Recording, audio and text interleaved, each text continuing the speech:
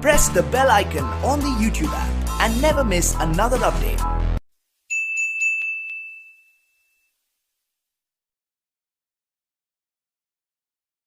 Hello viewer, welcome to Raju Sen Gupta classes. मैं रश्मि। तो काफ़ी दिनों के बाद, लगभग एक सप्ताह के बाद मेरा ये वीडियो आ रहा है, क्योंकि जैसा कि आप लोगों को मालूम है कि छठ पूजा था हम लोगों के घर में, और ये पूजा हम खुद ही करते हैं। तो और काफ़ी इस पूजा में बहुत सारा काम, बहुत कठिन व्रत है ये। 36 घंटा का निर्जला उपवास रहता है मेरा। तो इस चलते काफ़ी लगभग एक सप्ताह का गैप हो गया। तो सूर्य देव की उपासना काफ़ी कठिन व्रत है ये। तो चलिए, ये व्रत भगवान की दया से बहुत अच्छे से निपट गया। तो अब आज पढ़ाई शुरू करते हैं। तो आज का जो वीडियो है, जैसे कि पहले हम लोग सप्लाई में थे और पढ़ा रहे थे सप्लाई में, इंडिविजुअल सप्लाई और मार्केट सप्लाई हम बता चुके थे आप लोगों को। और ये भी बता चुके थे कि जैसे सिक्के का दो पहलू होता है, हेड और टेल जो हम लोग बताते हैं। तो एक तरफ डिमांड होता है, दूसरी तरफ सप्लाई होता है, ये हम बता चुके थे। तो आज का जो टॉपिक है ये हम लोगों का है सप्लाई फंक्शन। सप्लाई फंक्शन क्या है? तो supply function it is the,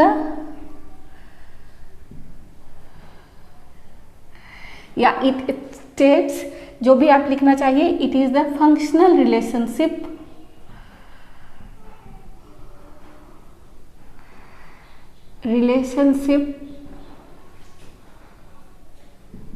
between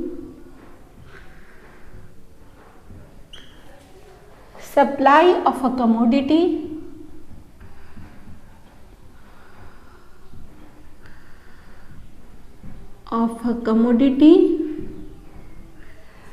and its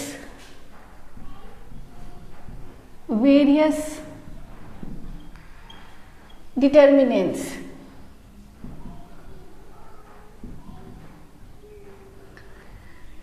क्या बोल रहे हैं? सप्लाई फंक्शन क्या है? Supply function it is the functional relationship between supply of a commodity and its various determinants. पूर्ति और पूर्ति को प्रभावित करने वाले जितने भी तत्व हैं, जो अभी हम बताएंगे आपको, उन सब के बीच में कैसा रिलेशन होता है, इसी को हम लोग किस में पढ़ते हैं? सप्लाई फंक्शन में पढ़ते हैं। ठीक है, इसको हम लोग इस तरह लिखते हैं, S x supply of x commodity function of P x P R F P T G E x G P. अब इसमें ये क्या क्या है, ये हम अभी आपको बता रहे हैं कि क्या क्या यहाँ जो है, ये सारे जो हम लोगों का डिटर्मिनेंट्स है, ये देखिए, ये जितना भी है ये डिटर्मिनेंट्स है किसका? पूर्ति को, यानी कि पूर्ति को प्रभावित करने वाले कारक भी अगर आपको पूछे तो आपको इसी को लिखना है। तो आइए बारी बारी से बताते हैं कि क्या है, और इसके बारे में बता रहे हैं कि इसको कैसे लिखना है। ठीक है, तो यहाँ आइए, एस एक्स क्या है? Supply of x commodity, x कोई भी कमोडिटी है। एफ क्या है? ये तो पता ही है, फंक्शन है। और पी एक्स क्या है? प्राइस ऑफ एक्स कमोडिटी है।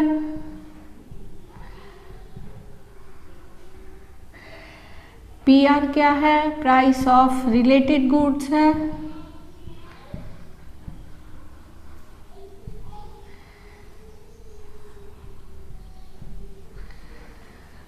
एफ पी क्या है? Price of factor of production है।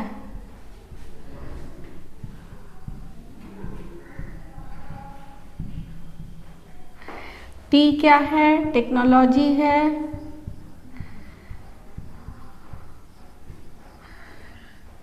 जिसको हम लोग प्रोडक्शन में यूज करते हैं। और जी क्या है? Goal of the producer. E x क्या है? फ्यूचर एक्सपेक्टेड प्राइस है,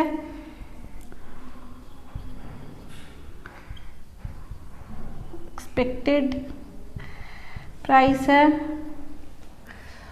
और जीपी क्या है,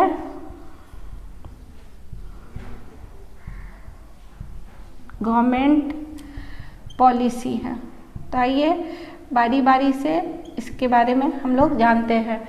सबसे पहला क्या है, प्राइस ऑफ एक्स कमोडिटी, यहाँ लिख रहे हैं, ठीक है। फर्स्ट क्या है, प्राइस ऑफ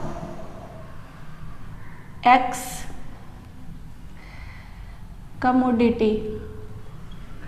देखिए, किसी भी वस्तु की पूर्ति और उसकी कीमत में कैसा संबंध होता है, प्रत्यक्ष संबंध होता है या डायरेक्ट रिलेशन होता है। किसमें, किसी भी वस्तु की कीमत में और उसकी पूर्ति में डायरेक्ट रिलेशन होता है। दाम बढ़ने पर पूर्ति बढ़ता है और दाम घटने पर पूर्ति घटता है, ठीक है।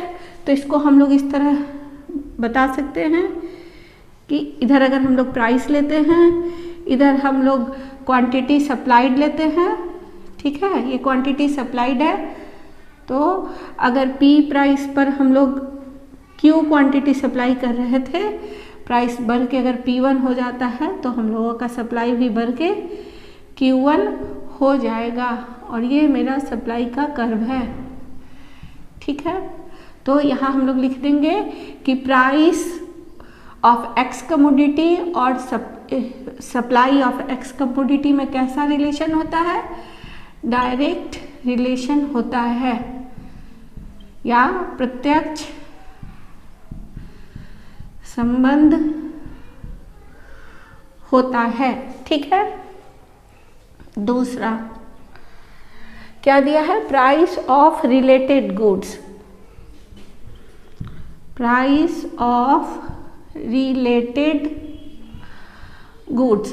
देखिए, प्राइस ऑफ रिलेटेड गुड्स और उसकी सप्लाई, मतलब एक वस्तु का कीमत और किसी और वस्तु का सप्लाई में कैसा रिलेशन होता है, इनडायरेक्ट रिलेशन होता है, ठीक है। कैसा रिलेशन होता है, इनडायरेक्ट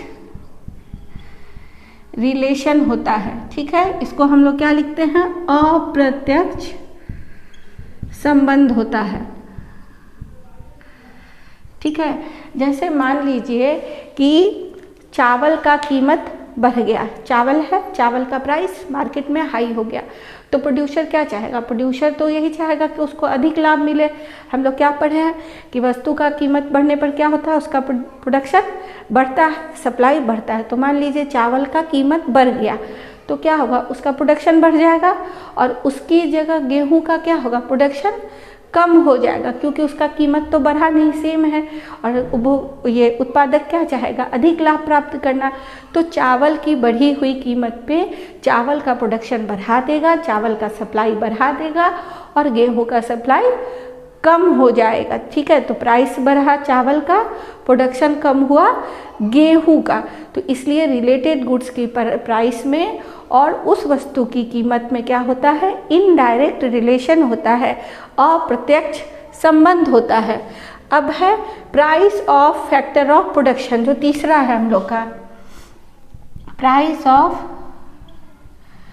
फैक्टर ऑफ प्रोडक्शन। देखिए, फैक्टर ऑफ प्रोडक्शन का क्या मतलब होता है, देखिए, उत्पादन को प्रभावित करने वाले तत्व, ठीक है।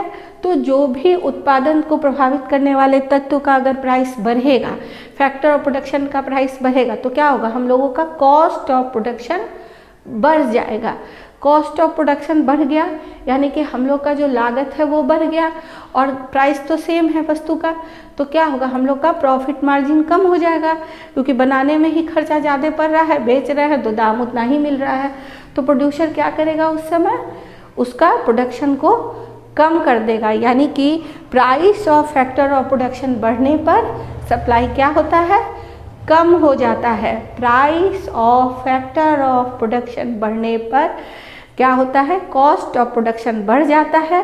कॉस्ट ऑफ प्रोडक्शन बढ़ने पर प्रॉफिट मार्जिन कम हो जाता है और इसलिए इसका सप्लाई कम हो जाता है, ठीक है। इसकी उसका उल्टा, अगर price of factor of production कम हो जाए, हम लोग का कॉस्ट ऑफ प्रोडक्शन कम हो जाएगा, लागत कम पड़ेगा तो प्रॉफिट मार्जिन बढ़ जाएगा, तो हम लोग उसका प्रोडक्शन ज़्यादा करेंगे। हम लोग मतलब प्रोड्यूसर साइड, प्रोड्यूसर उसका प्रोडक्शन ज़्यादा करेगा, यानी कि उसका सप्लाई बढ़ जाएगा। ठीक है, अब आइए चौथा, टेक्नोलॉजी।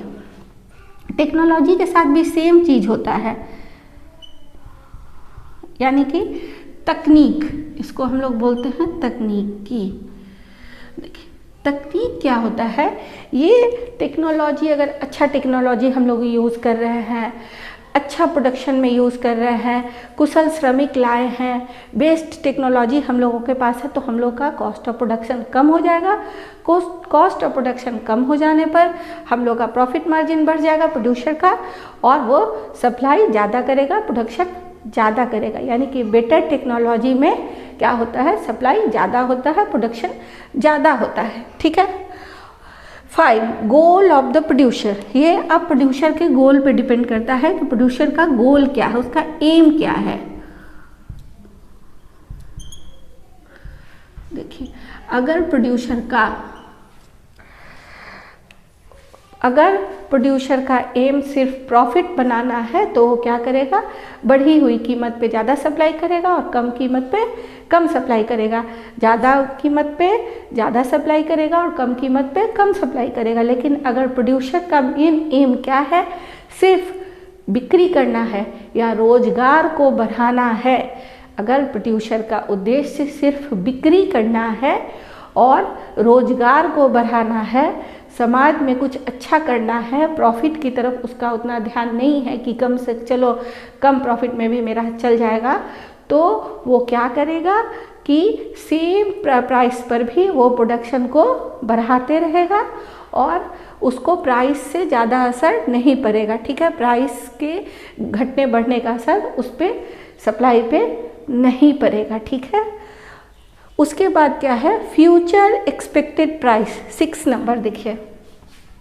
ठीक है, फ्यूचर एक्सपेक्टेड प्राइस जो हम लिखे हैं, इसका क्या मतलब होता है, इसका मतलब ये है कि भविष्य में, इन फ्यूचर, अगर हमको किसी चीज़ का दाम बढ़ने का उम्मीद है, हम प्रोड्यूसर हैं, हम किसी चीज़ का प्रोडक्शन कर रहे हैं और हमको पता है कि हमको भविष्य में इसका दाम बढ़ने वाला है, तो मेरा क्या काम है, हम तो प्रॉफिट कमाना चाहेंगे, मेरा उद्देश्य प्रॉफिट, बढ़ी हुई कीमत पे हम सप्लाई बढ़ाएंगे, तो हम अभी उसका सप्लाई कम कर देंगे, प्रोडक्शन कम कर देंगे और सोचेंगे कि जब इन फ्यूचर इसका प्राइस बढ़ेगा उसी समय हम इसका प्रोडक्शन को बढ़ाएंगे, अभी इसका प्राइस पे हम लोग प्रोडक्शन को क्या करेंगे, कम कर देंगे। तो अगर फ्यूचर में प्राइस बढ़ने की संभावना होती है तो अभी प्रोडक्शन कम हो जाता है, और अगर भविष्य में किसी वस्तु का प्राइस घटने की संभावना होती है तो अभी उसका प्रोडक्शन या सप्लाई बढ़ जाता है।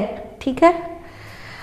लास्ट है गवर्नमेंट पॉलिसी। देखिए 6 तो हो गया मेरा जो EX था, एक्सपेक्टेड प्राइस, और जो मेरा 7 है GP या गवर्नमेंट प्राइस। इसमें देखिए 2 चीज़ होता है, एक होता है टैक्स, दूसरा होता है सब्सिडीज। देखिए गवर्नमेंट का टैक्स जब ज़्यादा होगा, हमको ज़्यादा देना पड़ेगा टैक्स, तो क्या होगा, मेरा कॉस्ट ऑफ प्रोडक्शन बढ़ेगा। कॉस्ट ऑफ प्रोडक्शन बढ़ेगा तो हम क्या करेंगे, उस समय हम लोग सप्लाई या प्रोडक्शन कम कर देंगे। जो बता चुके हैं कि कॉस्ट ऑफ प्रोडक्शन बढ़ने पर हम लोग क्या करते हैं, सप्लाई कम कर देते हैं, प्रोडक्शन कम कर देते हैं। तो गवर्नमेंट का टैक्स अगर बहुत ज़्यादा बढ़ेगा, हमको ज़्यादा पैसा देना पड़ेगा, मेरा कॉस्ट ऑफ प्रोडक्शन बढ़ जाएगा, तो हम लोग उस समय प्रोडक्शन को कम कर देंगे। इसके विपरीत जब टैक्स कम होगा तो हम लोग प्रोडक्शन को बढ़ाएंगे। ठीक है, कॉस्ट ऑफ प्रोडक्शन मेरा कम हो जाएगा।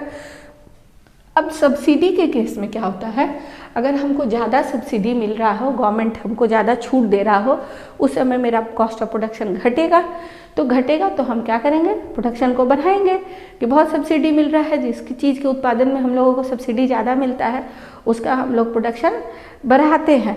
ठीक है, और सब्सिडी कम होगा तो प्रोडक्शन कम आएगा। यानी कि टैक्स बढ़ने पर कॉस्ट ऑफ प्रोडक्शन बढ़ता है और कॉस्ट टैक्स बढ़ने पर कॉस्ट ऑफ प्रोडक्शन बढ़ता है और उस समय हम लोग का जो सप्लाई है वो कम हो जाता है, और सब्सिडीज़ के केस में कॉस्ट ऑफ प्रोडक्शन कम होता है और सप्लाई बढ़ता है। ठीक है, अब आइए इसके बाद हम लोग लॉ ऑफ सप्लाई पढ़ते हैं।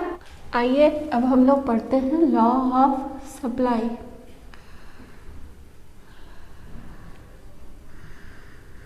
लॉ ऑफ सप्लाई, जिस तरह हम लोग लॉ ऑफ डिमांड पढ़े थे, ये सेम उसका अपोजिट साइड है, हम बता चुके हैं। तो ये है लॉ ऑफ सप्लाई। क्या है इसमें? Other things remains same, there is a positive and direct relationship between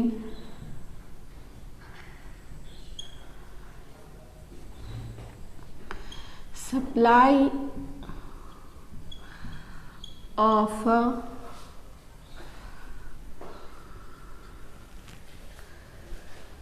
other things remain same, there is a positive and direct relationship between supply of a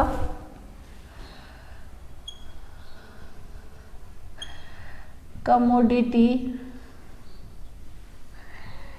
and its price। ठीक है, अन्य बातें समान रहने पर क्या होता है कि किसी वस्तु की पूर्ति और उसकी कीमत में प्रत्यक्ष रिलेशन होता है, यानी कि SX इक्वल्स टू FPX। ठीक है, या इसको हम लोग ऐसे भी लिख सकते हैं, there is a direct relationship between supply of a commodity and its price. किसी वस्तु की कीमत और उसकी पूर्ति में प्रत्यक्ष और सीधा रिलेशन होता है, जिससे हम लोग को ये समझ में आता है कि increase in price, increase in price, increase in its supply और decrease in price,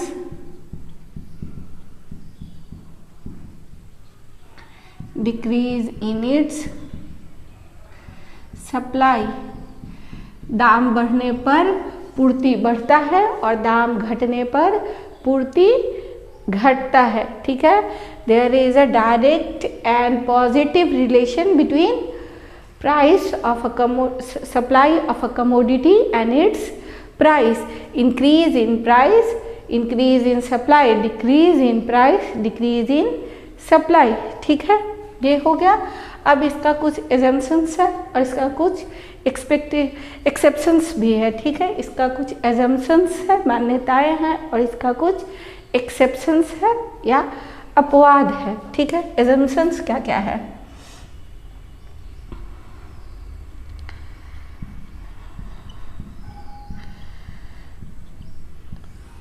ठीक है, पहला, देयर इज नो चेंज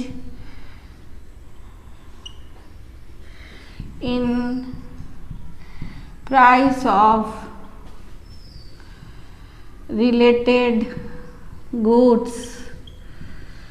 ठीक है, जो जो इसका डिटर्मिनेंट्स है उसको आप फिक्स कर दीजिए, क्योंकि यहाँ क्या दिए है, अदर थिंग्स रिमेन्स सेम या अदर थिंग्स रिमेन्स इक्वल। तो बस उसी को एजम्पशंस में लिख देना है, देयर इज नो चेंज। जो जो इसका डिटर्मिनेंट है उसको आप सेम कर दीजिए, कांस्टेंट कर दीजिए। तो इसके पहले हम डिटर्मिनेंट पढ़ा चुके हैं, बस उसको हम लोगों को कांस्टेंट कर देना है, तो उसमें कोई चेंज ना हो, तो ये लॉ हो जाएगा लागू। ठीक है, दूसरा क्या है, there is no change in price of factors of production. ठीक है। तीसरा, there is no change in technology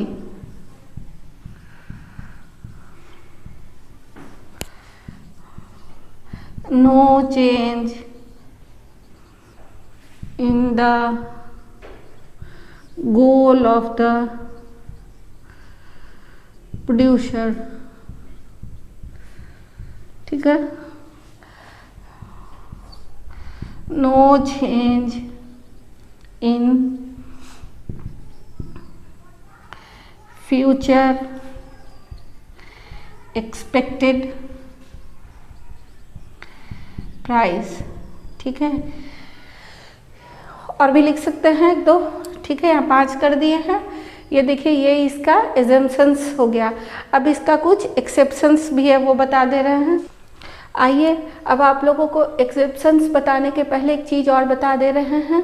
जब आप लोग लॉ ऑफ सप्लाई लिखेंगे ना एग्ज़ाम में, तो इसमें एक इसका शेड्यूल और कर्व जरूर बनाइएगा, जो हम आपको बताए नहीं थे, भी बता दे रहे हैं। देखिए बहुत आसान है। इसके पहले जो भी हम लोग मार्केट सप्लाई या इंडिविजुअल सप्लाई में पढ़े थे, उसी का कोई शेड्यूल उठा के ना दे देना है। बहुत आसान है, फिर भी हम आप लोगों को समझाने के लिए एक चीज़ बता दे रहे हैं। देखिए सबसे पहले शेड्यूल कैसे बनाइएगा, इसका यहाँ प्राइस लिख लीजिएगा और यहाँ क्वांटिटी सप्लाइड लिख लीजिएगा।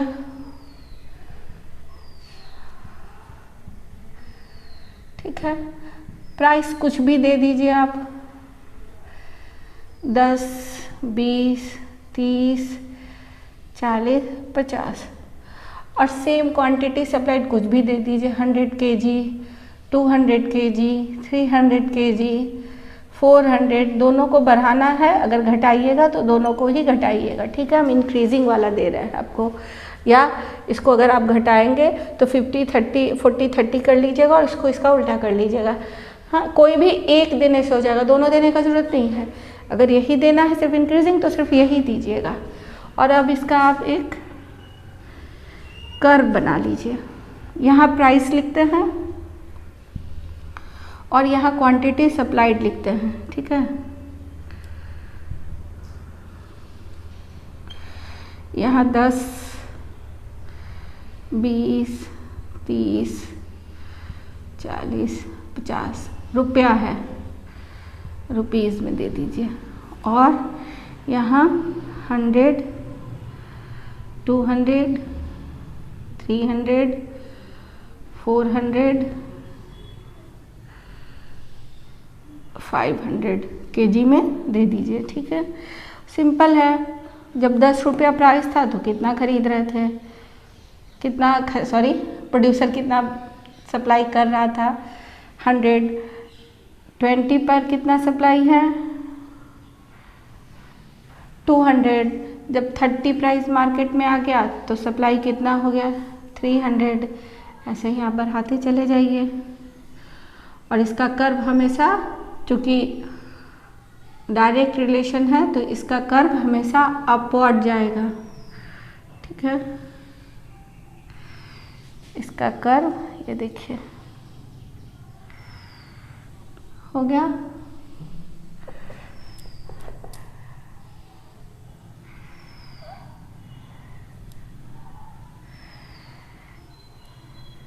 ठीक है, ये हो गया एसएस कर्व। स्ट्रेट लाइन कर दीजिएगा। ये हो गया आपका लॉ ऑफ सप्लाई। अब कंप्लीट आपको ऐसे एक डिफिनेशन लिख देना है, एक शेड्यूल बनाना है और उसका एक कर्व बनाना है। इसके बाद आप एजम्पशंस लिखिएगा। एजम्पशंस शॉर्ट में भी पूछ सकता है आप लोगों को, अलग से वो लिख दीजिएगा। इसके बाद है एक्सेप्शंस। देखिए ये हम पहले भी बता चुके। एजम्पशंस क्या होता है, वो लॉ को लागू होने के लिए क्या क्या चीज़ होना चाहिए। ठीक है, वो है लागू होने के लिए। और ये क्या है, एक्सेप्शंस, कब कब ये लॉ लागू नहीं होता है, किस किस कंडीशन में ये लॉ कोई भी लॉ लागू नहीं होता है, काम नहीं करता है। जिसमें सबसे पहला है आपका एग्रीकल्चरल गुड।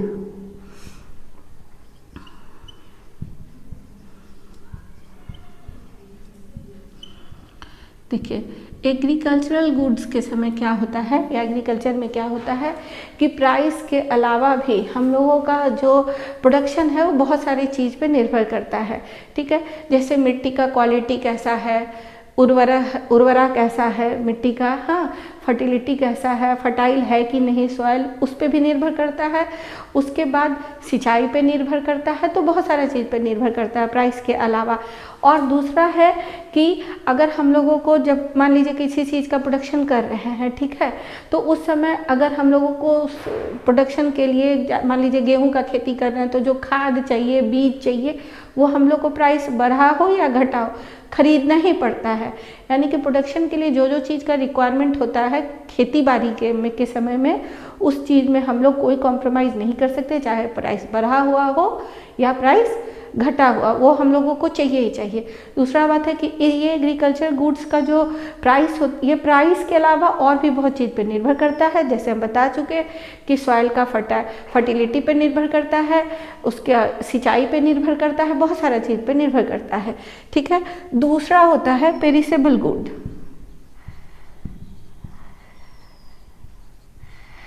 पेरिसेबल गुड्स होता क्या है? जो नाशवान वस्तुएं, इसको हम लोग क्या बोलते हैं हिंदी में? नाशवान वस्तुएं, जो तुरंत खराब हो जाता है।